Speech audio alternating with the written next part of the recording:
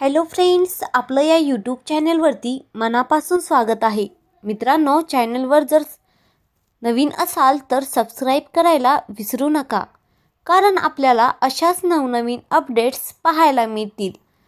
तर तुझ्यासाठी तुझ्या संग या मालिकेमध्ये आता तेजप्रताप वैदेहीला म्हणत असतो की तुम्ही माझ्या माईवरती, माझ्या देवावरती जो डाग लागलेला आहे त्याला मी कधीच माफ करत नाही.